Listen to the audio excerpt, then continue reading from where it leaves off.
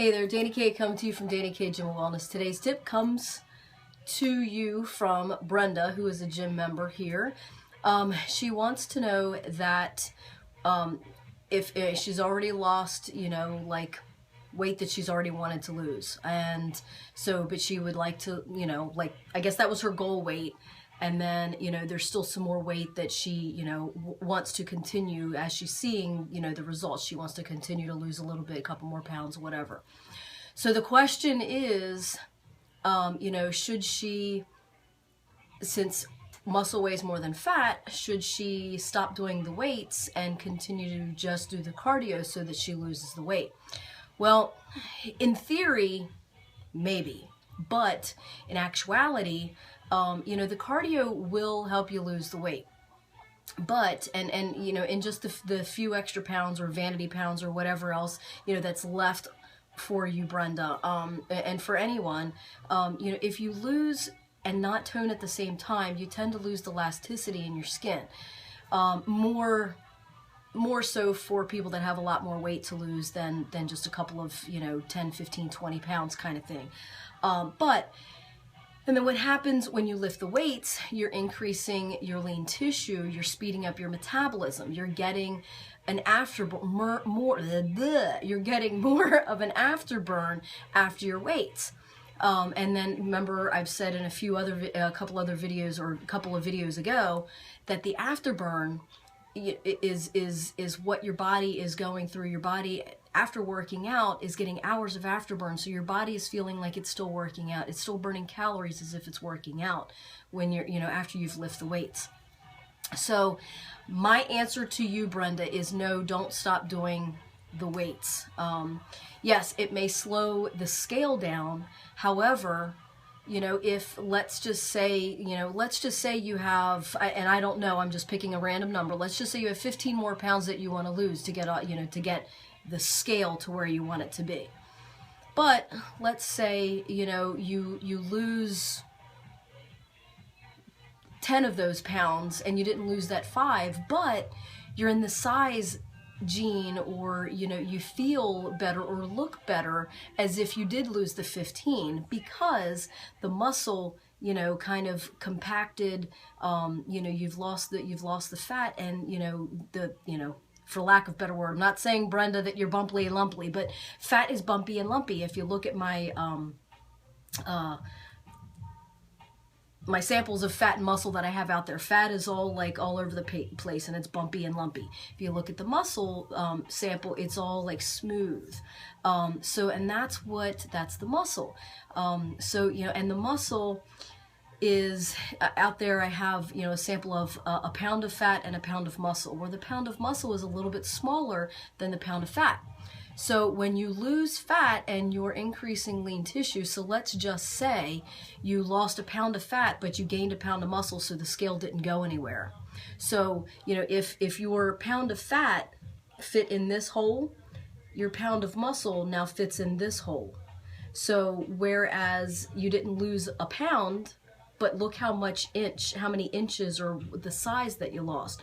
So if your pound of fat is this big and you lost a pound of fat but gained a pound of muscle, and now your muscle fits here, that's what happens. So, a lot of times sometimes the scale doesn't move, or it doesn't move as fast as we want it to move, but our pants, our jean size are getting big or looser. Our jeans are getting looser, so our pant size are getting smaller, things of that nature. So definitely do not ever stop lifting the weights. Now another thing that, and I know what people think, and it hit me a couple of months ago when I was watching some other trainer talk, and he says that it's a myth, muscle weighs more than fat. So, and I was like, what are you talking about? Because if, muscle is dense, and muscle does weigh more than fat because it's bigger. Well, if you look at a pound and a pound, nothing weighs more. The muscle, as again I said, if this is a pound of fat and this is a pound of muscle, they still weigh the same. It's just one's smaller than the other. One's more condensed in size than the other. So that kind of hit me. So I'm like, yeah, you know what? You're right. A pound is a pound. So if I had a pound of feathers and a pound of bricks, they both weigh the same. It's just you might have, you know, an itty bitty piece of a brick to make a pound, and you might have, you know, a whole big bag of feathers to make a pound. So the size of the pound of fat versus the size of the pound of muscle is definitely different. So a pound of fat is bigger in size than a pound of fat, or a pound of fat is bigger in size than a pound of muscle. So, but at any rate, Brenda, definitely do not stop lifting the weights. That's going to help speed the metabolism up. The muscle is your army against the fat, which is your enemy. So the more muscle you have on you, the more your muscle, you know, your army can fight the fat. Now, you know, as I stand here, you know, I'm standing here and I'm 5 foot and I weigh 116, 117 pounds.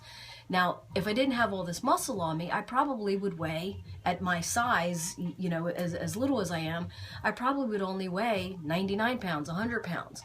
So the muscle does, in that generalness, the muscle does weigh more. So if I didn't have all this muscle, if I still had my same size and I didn't have all this muscle on me, I would, you know, probably weigh less. So the muscle is actually helping me weigh more, but, you know, I'm still, like, you know, condensed in areas, whereas if I weighed 117 and had more fat on me than muscle, I wouldn't be as, you know, like thin in the waist or thin in the arms, or, you know what I'm saying? So, you know, yes, with the as far as the scale moving, the weights may impede that a smidgen, but definitely as far as the benefits and the faster of burning fat, definitely stay with doing the weights and the cardio, and definitely eating healthy. That was another portion of Brenda's question. You know, should I, you know, just do cardio and not do the weights, or should I just incorporate the cardio, the weights, continue to do the cardio and the weights and the proper eating? And, you know, so Brenda, one thing we may need to do is, you know, adjust the cardio or adjust the nutrition. If you're wanting more weight to come off, and if you feel like you're at a plateau. If you feel like you're at a plateau and you're only doing, and I don't know, I know I see you in the gym sometimes, you're in here way earlier than when I can get in here.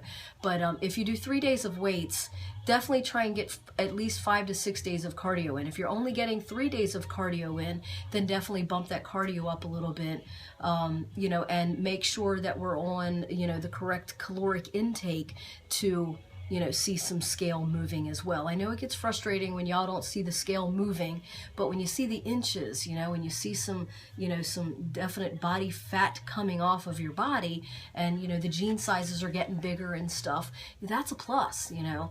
Definitely never, ever, ever, ever, ever, ever, ever stop lifting weights, okay? So that just aids in this process. And, you know, like I said, as it may slow the scale down, in the long run, it's definitely going to benefit you more than if you do not do the weights whatsoever. So do the weights, definitely do the cardio, and do, you know, the proper, you know, healthy nutrition. And like I said, if you're at a plateau, then, you know, come to me, talk to me. We can, you know, figure out what you need to do. Like I said, if you're only doing 3 days of weights and 3 days of cardio, we might need to bump up to 5 days of cardio. You know, if you're, you know, whatever your calorie, you know, your caloric intake or your protein intake may be, or your water intake. Water's a big part of losing weight as well. So, you know, we would definitely, you know, need to consult about, you know, the nutrition portion too. So pay attention to, you know, are you getting, you know, at least 5 days of cardio in with your 3 days of weights? And, you know, are you getting the proper caloric intake to actually see the scale, you know, come down? Definitely the hardest part about losing weight is those last vanity pounds, you know, and the vanity pounds I call the last 10 to 20 pounds is that vanity pound, because your body's like, no, I don't want to lose. No, you're going to die. So you have to make sure that your body knows that it's not going to die. It's not going to need to go into survival mode, that you're taking care of it. You're feeding it the water, you're feeding it the, you know, the fats, carbs, and the proteins and all that stuff, feeding it the right calories so it doesn't, you know, freak out and stay, and maybe even sometimes when it freaks out, a pound or two comes on. So it's very, very, very important to do all the right things. So let me know if I can help you with your, you know, just making sure that your nutrition is on point. Like I said, check your workouts. If you're doing 3 days of weights, 3 days of cardio, and you're kind of plateaued, you're not seeing the results, or you want to see more results, increase that cardio to 5 days a week. Okay? So hope that helped. Hope that answered your question, Brenda. And, you know, I'm sure, I mean, that was a great question. So I'm sure that helped a lot of other people out there as well. Keep the questions coming in so I can keep the information going out. So stay in tune, stay informed, stay motivated. Bye.